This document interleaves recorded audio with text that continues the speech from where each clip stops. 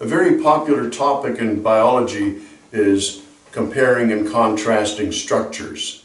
And I'd like to try and present blood vessels in that fashion. If you're going to compare or contrast them, you could compare or contrast their structures or their functions or their locations. And that's a very handy thing to remember: structure, function, location. Because if you remember those three criteria, bases of contrast, you can sort of arrange and hang a lot of information on that. So structure, function, location. And I'd like to do that for arteries and veins and capillaries. So if we put arteries here, that's the first one I'd like to consider. Structure, function, location. And if you don't, I've left a fair bit of space for structure compared to function and location. The reason is that there's a lot more information that's structurally related as far as arteries and even veins and capillaries. In terms of the easy part first, function, these conduct blood away from the heart.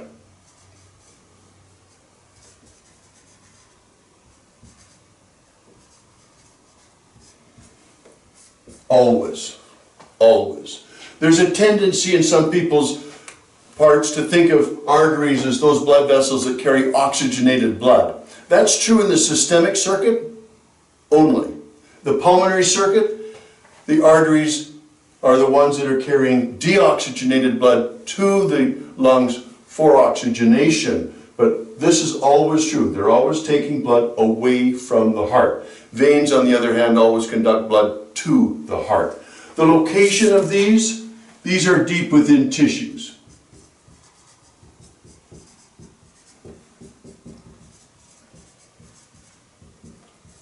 Oftentimes, they're along the bones.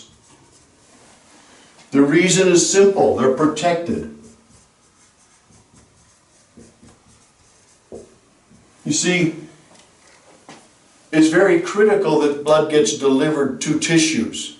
Blood has the nutrients in it, it's got the oxygen in it, and the tissues need that for survival. Should an artery get cut, should it be close to the surface, the heart is still beating, it pulsates, and you lose a lot of blood, the tissues could starve. So by being deep within the tissues, it protects the blood from the blood vessel from being damaged. It also protects it from temperature loss, because if it was on the surface, it'd be radiant energy going into the atmosphere.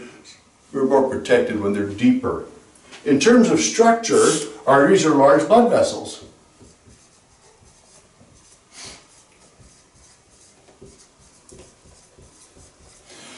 Of course, they branch. So if you have a large blood vessel and it branches, it gets smaller and smaller and smaller. Eventually, you get really small ones. They're called arterioles. Arterioles.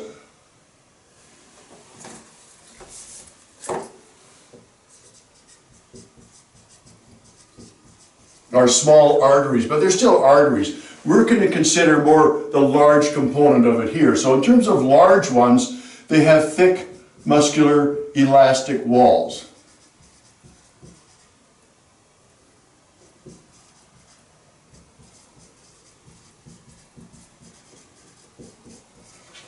So thick, these walls are so thick that the largest of them actually have their own blood supply. As they get smaller and smaller and smaller, that's not true. They don't get nutrients, they don't get oxygen from the blood that's going through them. So thick, muscular, elastic walls. The reason for this muscular, elastic nature to them is because when the heart's beating, it's delivering a quantity of blood into the blood vessel. So if I represent the beginning of a blood vessel there, beginning of the aorta, for example, the volume of blood that's being pumped out of the heart is something like 70 milliliters. That's a small handful of blood. And as it gets forced into the blood vessel has to accept it. So I might be able to represent it this way. The blood being forced in, it has to expand the blood vessel so that there's the volume of blood. And of course the heart continues to beat, and as the heart beats, another 0.85 seconds later, there's another 70 milliliters of blood delivered into it. So this amount of blood may be over here now, so it looks like this. And then there's another one. So as the heart continues to beat, you get this sort of an affair, where there's this bump of blood, bump of blood, bump of blood being pushed along, pushed along, pushed along. If you could imagine taking your finger and putting your finger on here, not much of a finger, but you could feel the pulse. That's what you're feeling, is you're feeling this bump of blood going through an artery. So if you're feeling the pulse in your wrist, you're not feeling it 70 milliliters of blood, you're not feeling it in an arteriole. Arterioles are smaller than that. So you're feeling it in this region somewhere. There's several places in your body where the arteries actually are not so deep along the bones. They're actually close enough to the surface that you can feel a pulse. One in your forehead, your neck, your groin, your wrist, armpit, you know, those kinds of places. One other little part of this topic that I would be remiss if I didn't mention, and that is the business of blood pressure.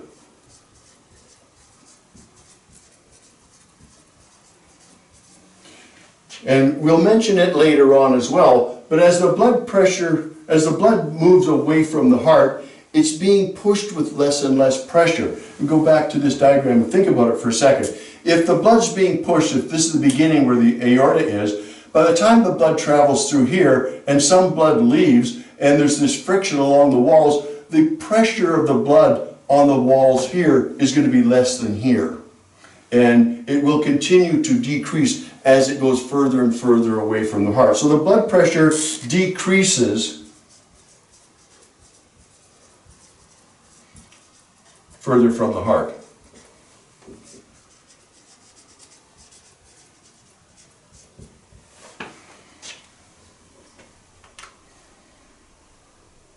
I think that's all we need to look at for arteries. The next type of blood vessel that the blood goes through is the capillaries. So I'd like to change this to capillaries if we could now. And I'm going to leave the same data table up.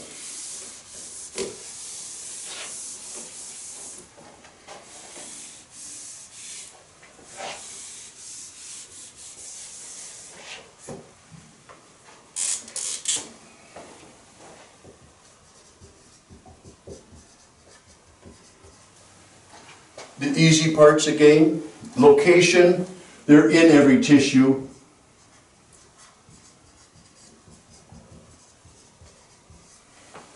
So every tissue in your body has capillaries going through it. The function is to allow food, nutrients,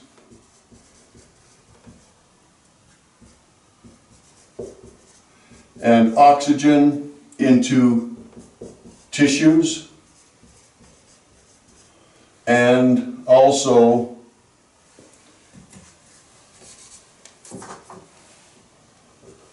to pick up wastes, metabolic wastes from the tissues. This topic is another entire video in this series. This is called the capillary tissue fluid exchange. So we won't get into the details of that right now. Too many P's in capillary. But it's good enough to recognize that they deliver the nutrients to the oxygen, they pick up the waste materials. In terms of structure, capillaries are tiny, very tiny blood vessels.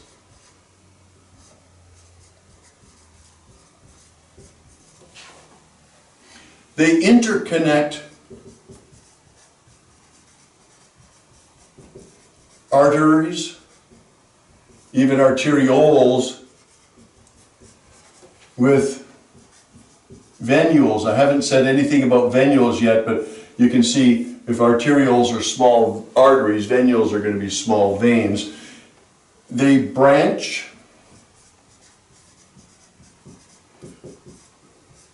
to form what we call beds. So if you might have, for example, a arteriole like this, where the arteriole branches and starts to form capillaries, the capillaries could be branching and they'll form this network of tiny, tiny little blood vessels, and they will get the blood to within, just a couple of cells from each other. So that might represent a capillary bed. And there's a venule on that side, so this could be an arteriole and a venule on the other side. And within all of these little spaces in here, there are clusters of cells. And the blood will go through the capillary and deliver its nutrients and so on into the cell tissue spaces in here. One of the things that's worth noticing, when I say these things are tiny blood vessels, the walls are 1 cell thick.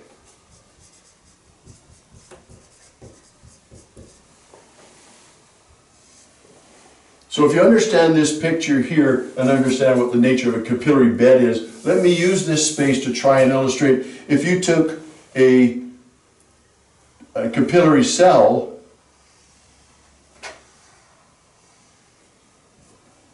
there's another one in behind,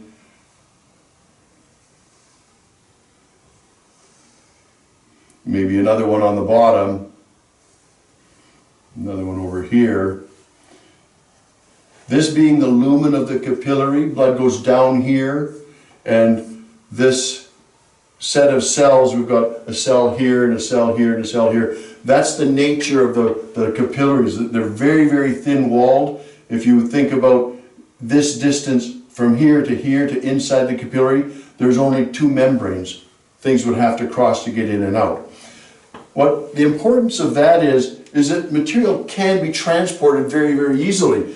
It doesn't go through the membranes. The capillaries actually leak. So in terms of their structure, there's enough pressure in here it can actually force little bits out of the capillaries and into tissue spaces. And of course at the other end, these things all join together and get into a venule. I mentioned blood pressure with arteries. I want to mention it with capillaries here. The blood pressure here is very, very low blood pressure.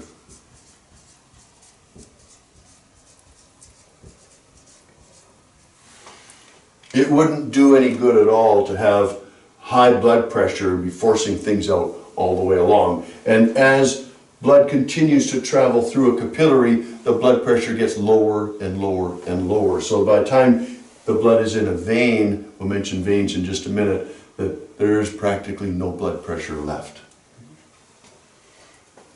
I think that wraps up for capillaries. So let's look at the veins.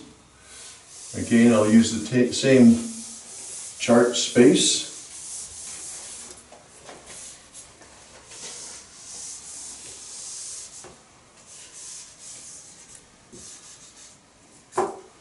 The function of veins, we already mentioned, is to conduct blood back to the heart.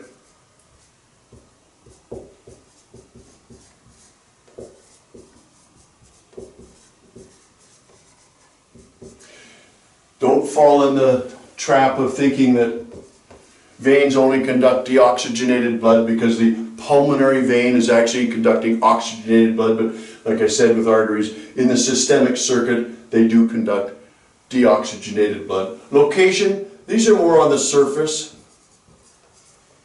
If you can see blood vessels, your arms, that's a vein, those are veins, those are more surface vessels.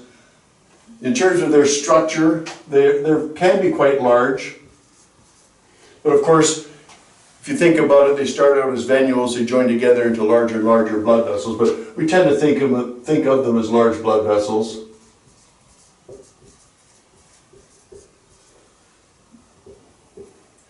They have thin walls.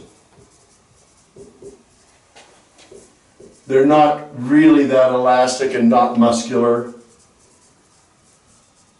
There's no need for them to be because, as we just mentioned, there's no pressure, there's no volume of 70 milliliters of blood being forced into a vein at any time. And they've come out of a capillary bed. Well, the capillary beds have taken the blood down to almost a microscopic level, or it is a microscopic level, and the amount of pressure being delivered into a vein then is very, very little. If we think about veins and the blood coming into a vein, suggesting perhaps the leg, a vein coming up the leg, there's no pressure. The question then becomes, if there's no pressure, nothing forcing the blood back up, how is it supposed to get back to the heart? The answer is, it has to do with skeletal muscles.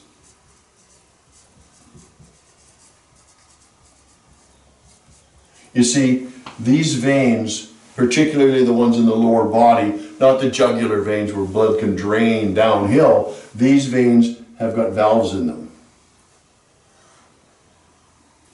Like the heart. Valves prevent backflow of blood. They prevent the blood from going backwards. So as long as the pressure in this region here, the blood pressure, or pressure exerting, the blood exerting upwards is greater than up here, this valve is going to stay open. If for a period of time the pressure up here exceeds down here, the valve closes. I'll put it here. And when the valve closes, these two flaps literally lay on top of each other, and the blood is allowed to pool right here on top of the valve. The role of the skeletal muscles is to get the blood to move. So as you move, and your skeletal muscles are constantly contracting, that's what muscle tone is all about, constantly contracting a little bit, they'll relax and contract and relax and contract. So you can see what's happening is almost like elevator movement. The muscles will contract, push the blood up a little bit, relax, contract, push it up a little further, relax, the blood sits on the valve like that. Sometimes people have the misfortune of having valves that leak.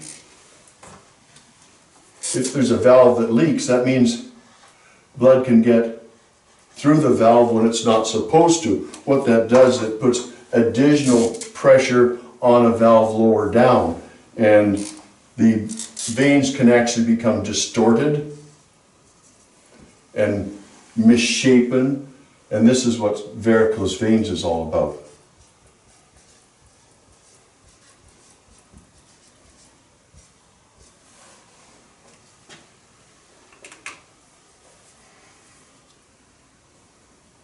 Our look at blood vessels isn't finished. It's finished for now, but we have to return to this topic one more time because structure, function, location aren't the only comparisons that we can do with blood vessels. We also can look at more closely at blood pressure. We can also look at more closely the speed the blood's flowing and the cross-sectional surface area of the blood vessels themselves and the impact of those three features on the delivery of blood. But that wraps it up for now. Thanks very much. And again, if you'd like to hear more of my videos and get notifications of when they're being posted, don't forget to subscribe.